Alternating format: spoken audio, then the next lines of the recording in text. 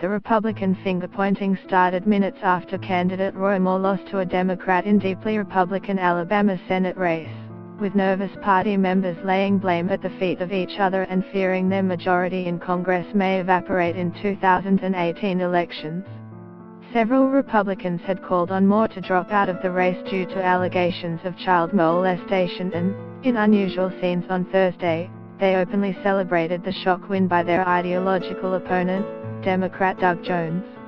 Democrat Doug Jones has won Alabama's election for the U.S. Senate, scoring an upset victory against the embattled Roy Moore in a deeply conservative state against a Republican candidate who was backed by President Donald Trump. More than 200 institutional investors with $26 trillion in assets under management said they would step up pressure on the world's biggest corporate greenhouse gas emitters to combat climate change.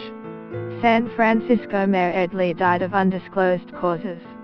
British inflation unexpectedly rose to its highest level in nearly 6 years in November, tightening the post-Brexit vote squeeze on households whose spending is the main driver of the country's economy.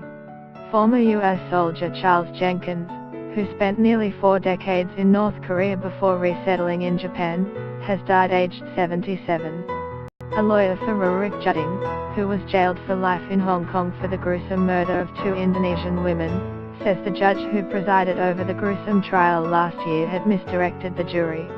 Indonesian police were hunting for a U.S. citizen who escaped from an overcrowded Bali prison by cutting through steel bars in a ceiling, the jailer's second breakout of foreign inmates this year.